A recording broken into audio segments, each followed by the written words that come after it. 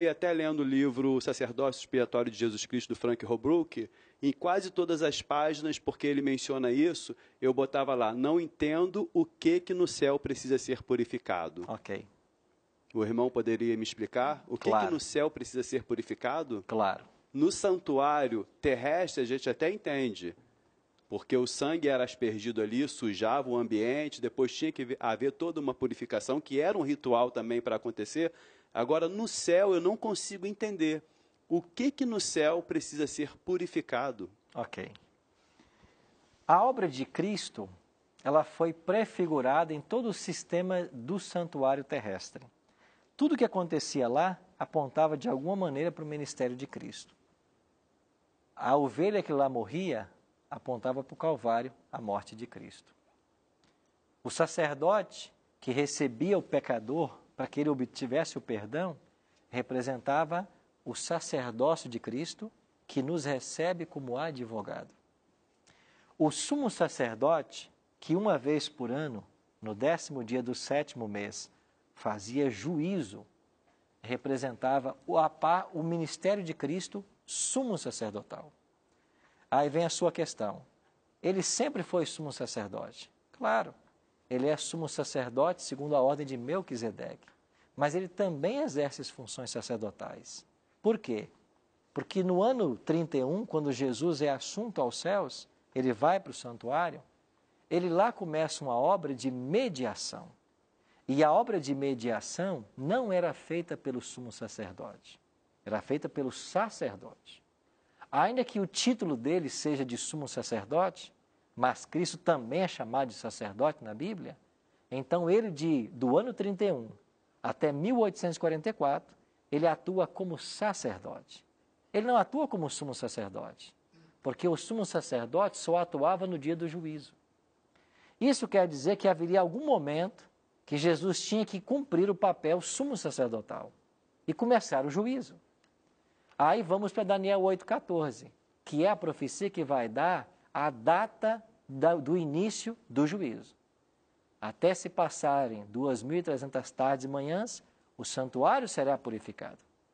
Essa purificação do santuário é uma alusão ao Yom Kippur, ao dia da expiação do santuário terrestre.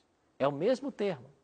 Assim como no 10º dia do 7º mês o sumo sacerdote vinha para fazer juízo, depois que se passassem 2.300 tardes e manhãs, Jesus tinha que começar um juízo.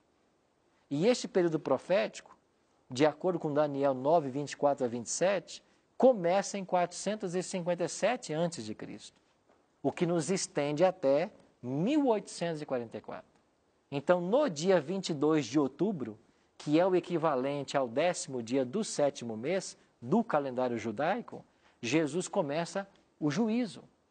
Então, ele era sacerdote, ou pelo menos atuava como sacerdote, e agora atua como sumo sacerdote. Mas espera aí, se ele agora é sumo sacerdote, por que ainda hoje há também mediação? É porque ele acumula agora as duas funções. E por que acumula? Porque lá no santuário, no 10º dia do 7º mês, quando o sumo sacerdote entrava em cena, ele matava um carneiro para a expiação pelo seu pecado e depois matava um bode para a expiação do pecado do povo.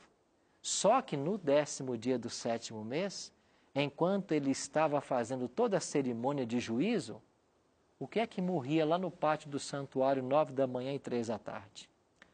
A oferta contínua, o cordeirinho. Então isso ensina que mesmo no dia da expiação, ainda havia mediação para o povo de Israel. Quer dizer que mesmo depois de 1844, Jesus atuando como sumo sacerdote, ele ainda é advogado, ele ainda medeia por todos nós. E isso vai acontecer até que termine o juízo.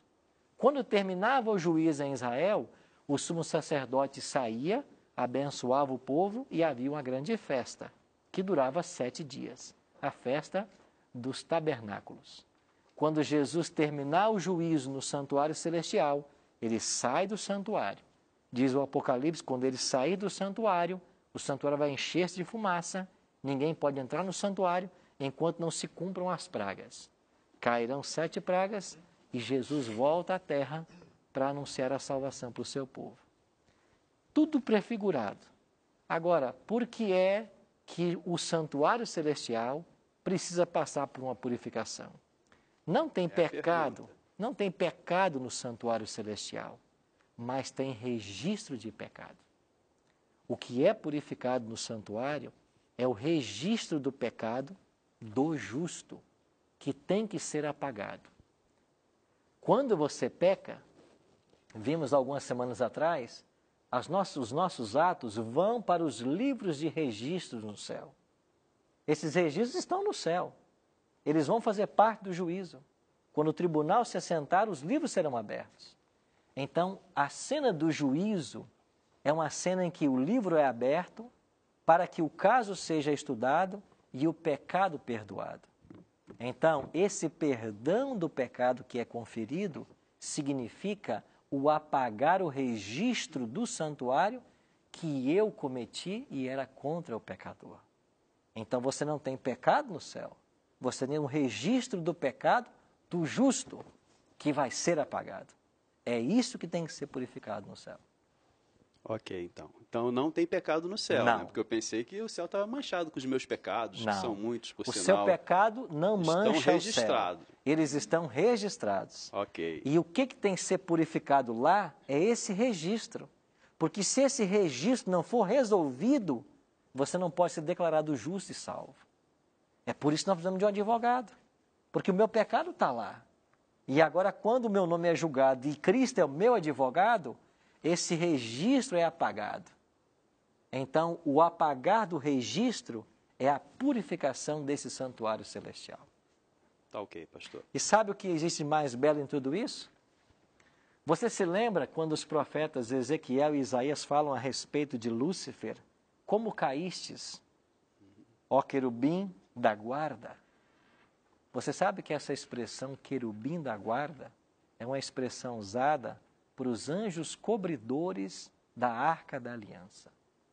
Então, Lúcifer, no seu estado antes do pecado, era um anjo que estava no Santo dos Santos, na presença do próprio Deus. Isso quer dizer que o pecado se originou no universo dentro do santuário. E aonde que o pecado tem que ser resolvido? Dentro do santuário. O pecado surge no santuário, no coração de um anjo que era perfeito. E é dentro do santuário que o pecado tem que ser resolvido. Ok, pastor. Vamos para a pergunta em relação à igreja agora. Obrigado pela explicação.